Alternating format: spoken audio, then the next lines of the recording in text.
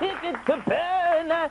All right, ladies and gentlemen, my first guest is one of the greatest filmmakers of our time. His films include Mean Streets, Taxi Driver, Raging Bull, Goodfellas, and Casino. His latest film, Kundun, is in theaters right now. Ladies and gentlemen, here he is, Martin Scorsese.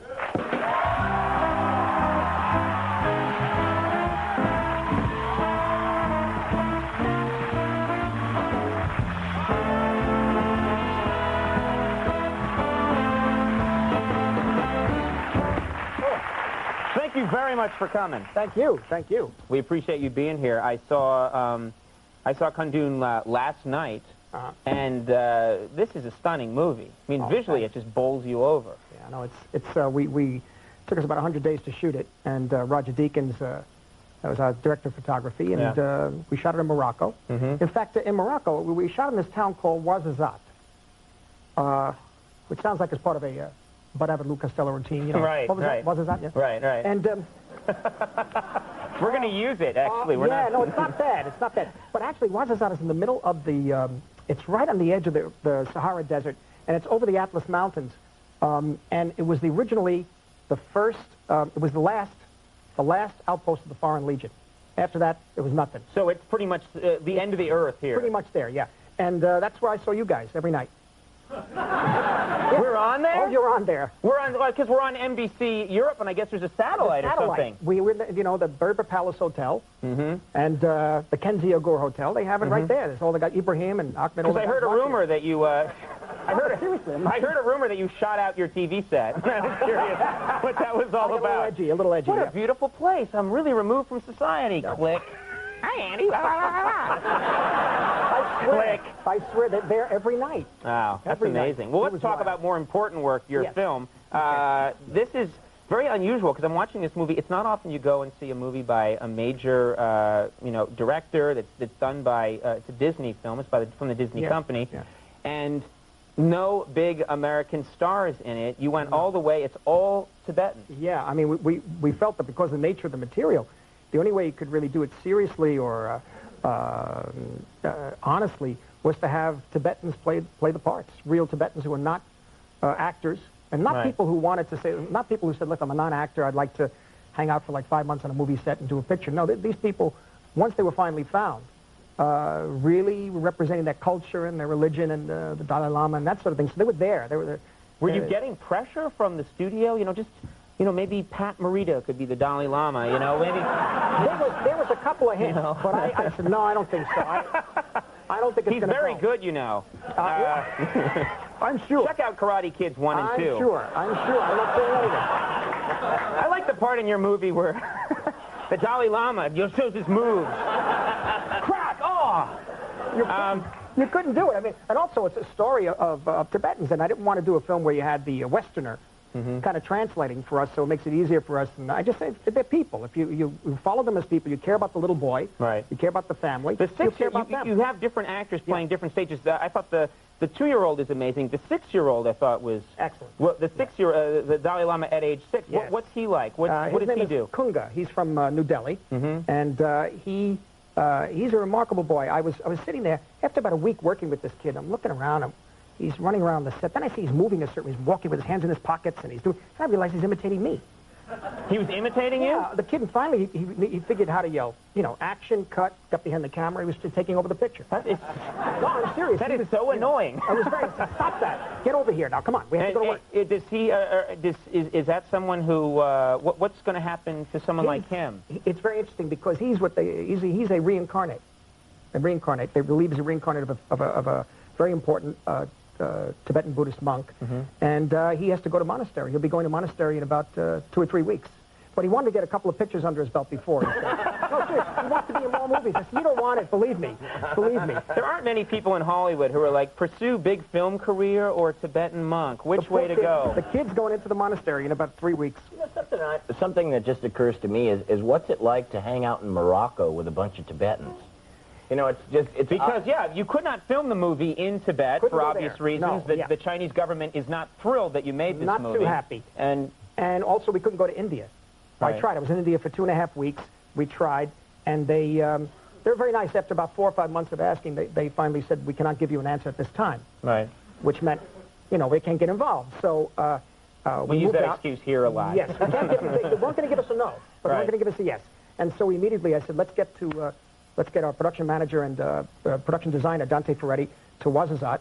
And within a half day, they called up and said, we could do it here. I can make it look like Tibet. I said, great. It looks, I mean, not that I've been to Tibet, but not lately anyway, but visually it's stunning, and you believe for all the world that you're in Tibet. We have to do a commercial right now. We're going to take a quick break, but when we come back, more with Martin Scorsese, so stick around.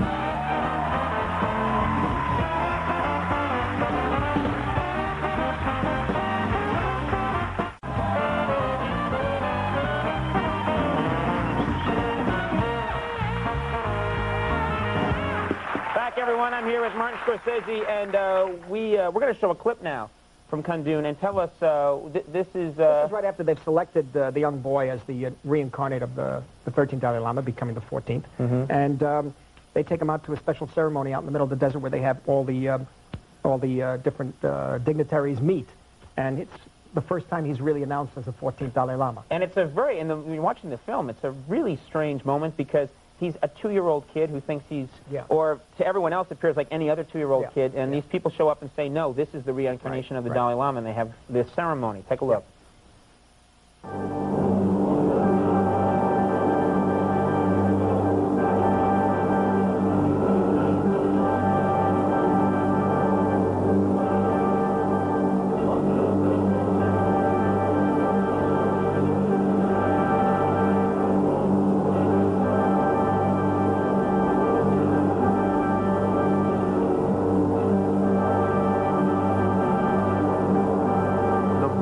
Compassion, the wish-fulfilling jewel, the 14th Dalai Lama.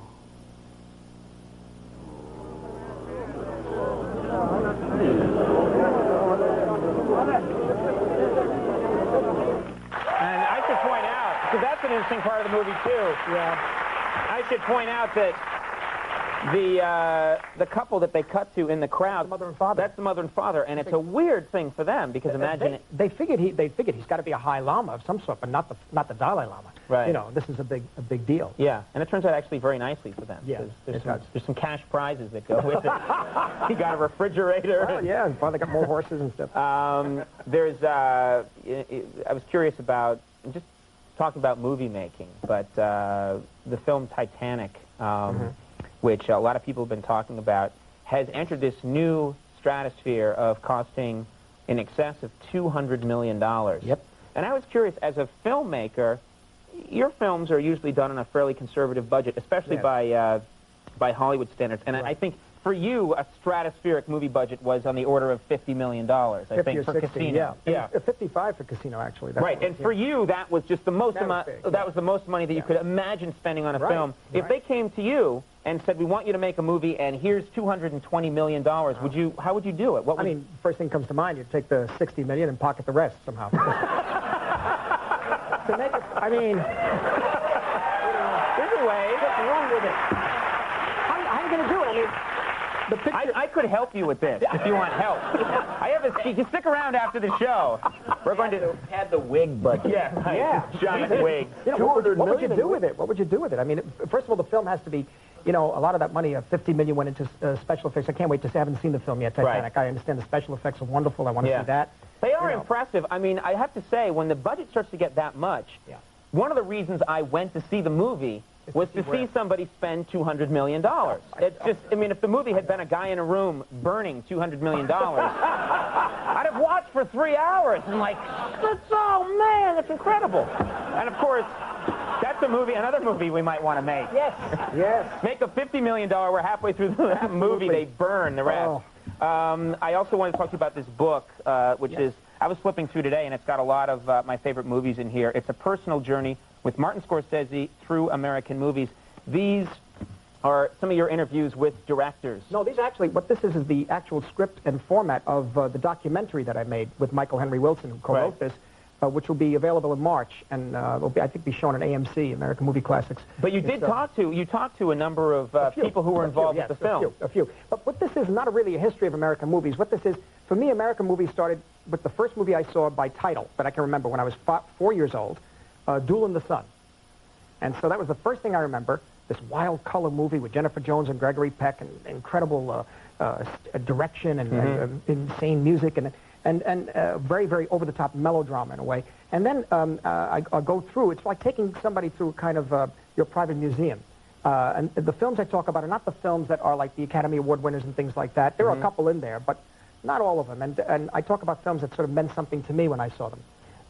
When I was young, and then my teenage years, and that sort of thing. And then some films that definitely influenced me, pictures like Bigger Than Life and a number of others. It's kind of cool because so many people write about certain movies get written about a great deal. And then I was flipping through here, and there's a still from the Roaring Twenties, which I'll never forget when I was a kid, and they replayed that on Channel 38, which is a local Boston affiliate. That is a great movie, and I was, 10 years old. I thought that's a great movie. It's the seminal gangster film, Hollywood gangster film. They're into everything: show business and rum running, all kinds of stuff. It's wild. It's incredibly violent. People tend to think violence entered movies in the '60s. That is a scary, violent movie. And all the gangster films come from that and that earlier film Scarface, which we talk about, the one with Paul Muni, Howard Hawks directed. Yeah. It's incredible stuff. Speaking of which, Kundun is at theaters right now, playing everywhere. And this book, A Personal Journey with Martin Scorsese Through American Movies, is out right now. People should check that out. Always a thrill to have you on the program. Thank you very much for being here. Martin Scorsese. We'll take a break. We'll be right back with Maria Bartiromo. Stick around.